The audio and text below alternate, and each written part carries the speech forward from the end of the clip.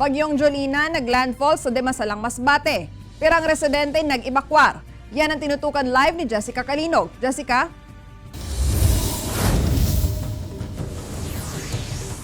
Rain na matean ka nagkaperang Masbateños ang makusog na pagtama kan Bagyong Jolina, bakali sining maglandfall sa probinsya.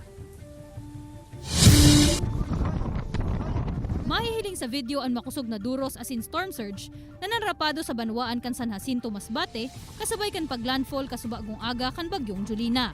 Katakod ka ini, tulos man na pag-ibakwar kan kapulisan katabang ang iba pang mga rescue team kan banwaan, ang mga residente kan Barangay Burgos na apektado kan storm surge. Parang yung storm surge na po talaga siya. Kasi usually hindi naman umaabot ng ganyan yung tubig, kaya ganyan.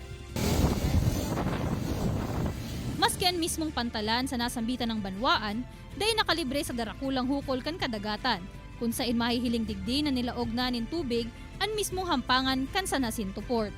Sa banwaan naman hindi masalang kung saan mismong naglandfall ang bagyo, nasa 32 na pamilya o 142 katao ang tulos na pag-ebakwar na gikan sa tulong barangay na naka-eksperyensya nin mga pagbaha.